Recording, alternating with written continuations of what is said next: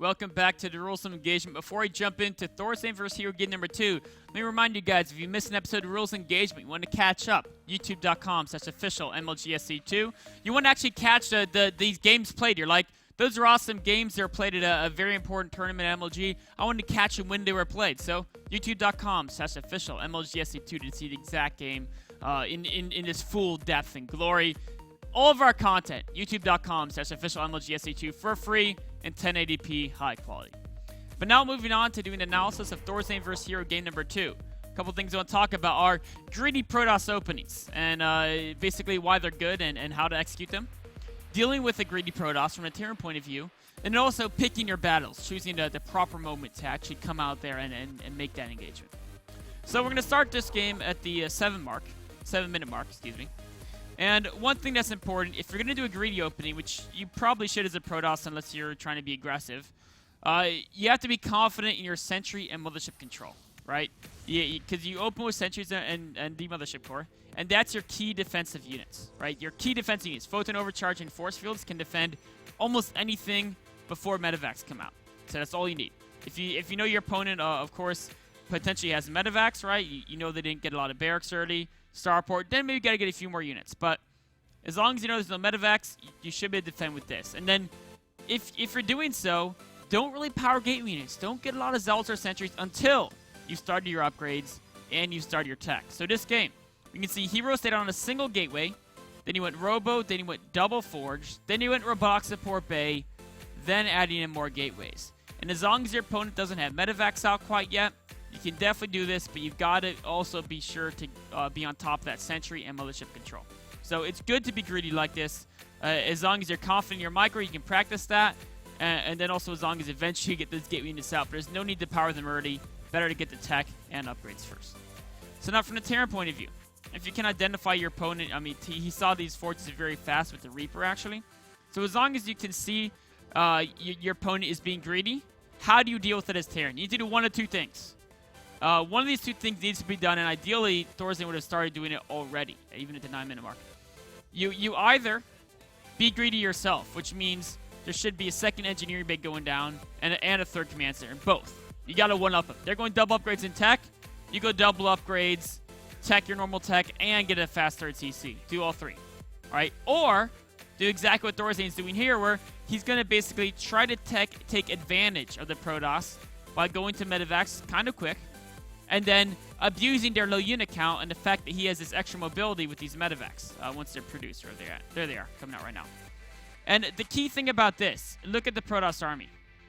Now, you could have 20 bio units could not beat this army straight up. Even though it looks very small, he's got a lot of force fields, he's got time warps, he's got recall, he's got great, Colossus control because he's Hero.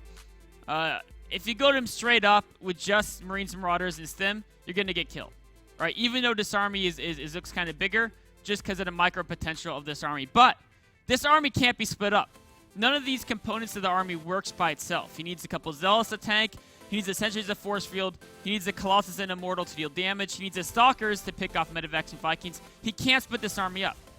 So if you know your opponent can't split their army up, that's where you start forcing them to split their army up if you want to take advantage of the fact that they're being so greedy early. That's where you do things like the drop play. This drop play, of course, he's going to at least pick off 1 or 2 pylons. Maybe the cannon can run in on the mineral line before this army gets back home to defend. He could have even gone probably first in probe kills as well. 2 pylons isn't bad, and this is nice. But the real question here is, right, killing these two, excuse me, killing those 2 pylons, that was pretty cool, right? He came in here, he came in here, killed a couple pylons, and then the Protoss army will use blue for Protoss that was out here that had to come back and defend, right? That was pretty cool. But what could have been more cool, 2 pylons is nice, but for how greedy the Protoss opened, the Protoss is still going to be ahead if that's all you do. Thorzain's army that he retreated back here, right? He had an army that was here, and it retreated back this way. What would have been nice is as soon as the Protoss stopped chasing him, he just jumps back and runs right here.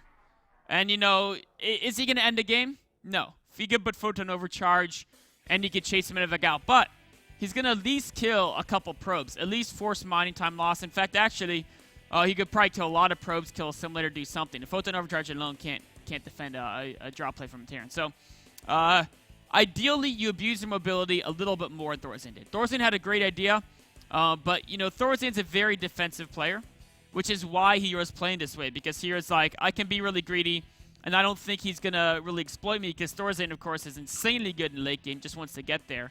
And so, you know, this army was retreating. This army used to be out here, and it actually just retreated, where maybe he could have gotten some extra damage here. Maybe he couldn't have.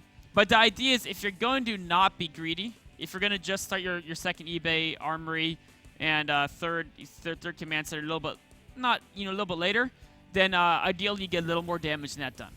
And if you don't think you can, if you don't like being super aggressive Terran, then if you scout your Protoss opponent being greedy, you want to be a little bit greedier yourself as well.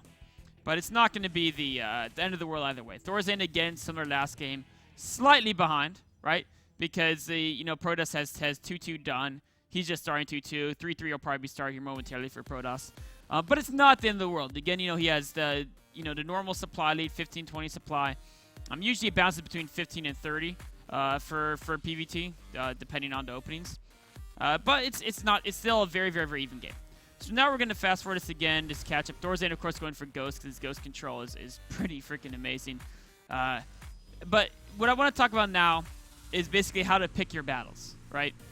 So this army that Hero has, it's very vulnerable to being kited around. There's nothing that has a super long range on it except for the Templar abilities. And there's only a few Templars, so if those get picked off, his whole army's going to collapse. So he's staying defensive, whereas Thorzain has the map control. And as a Protoss opponent now, also he's starting to get a few more Templars, and he's getting Archons. Archons give him the ability to do a little more damage against a kiting army. But we're going to take a look at this through Hero's point of view. And Hero's saying, okay, now maybe I can think about an engagement. Right, I got the Mothership Core to Time Warp. I've got some Templar up here. 3 of them are re-impede, but since they had so much energy because they've had them for so long, they still almost have Storms. This other guy has a Storm. I've got 2 more Storms back here, so maybe I can think about fighting. But what you want to do is you want to peek at your opponent and see his composition, right? So he peeks down, you know, he sees where the ghosts are. Is my opponent prepared to fight me? He peeks down here, and look at this, right? What does he see? He sees these things. And this is an extremely important factor. He sees the Terrans in a concave, and there's ghosts in the front that can, the ghosts range, these guys, they can basically EMP this whole line. Everything on the ramp can just get EMP'd. He's not going to be able to get a Templar down the ramp effectively and get that good engagement. So he sees his opponent is prepared, right? And just like, you know, Sun Tzu told him, I'm sure he reads Sun Tzu, maybe he doesn't, but you know, you want to be disciplined and calm. You don't, if you say, okay, maybe I can fight my opponent, if he's ready, don't fight him. Wait for him to not be ready, right? Await, you know, I think the quote from Sun Tzu is like, await the presence of disorder or something like that, right? So he backs away. And then what's he going to do? He's going to poke down again. Okay, never mind. This ghost there. We'll back Templar up. Let the Zealots get him. Poke again. Okay, no, he's ready. Right? He's still in that concave. He's ready. We'll back up, right? There's no need to rush it in this position. In some cases, you do feel compelled to rush the battle. But right now, there's no rush for Hero. He pokes down again. Ah, look at this. He pokes down again. And what does he see? He sees all this. This is what determines the game. Is he was patient and he waited until he noticed Thorzain made a little bit of a mistake. Okay, Thorzain, there's no, like, the ideal concave would have been right here, right? What's here? Nothing, right?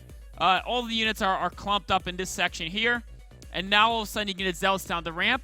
The Ghosts, yes, they can EB the ramp, but the Ghosts have to back up or they'll die to the Zealots. And that'll give the Templar, when the Ghosts back up this way, the Templar and the Archons can sneak over here and get those great storms off. So he waited for the exact moment until Thorzain just made a slight misclick. He regrouped his army. He wasn't in that perfect position.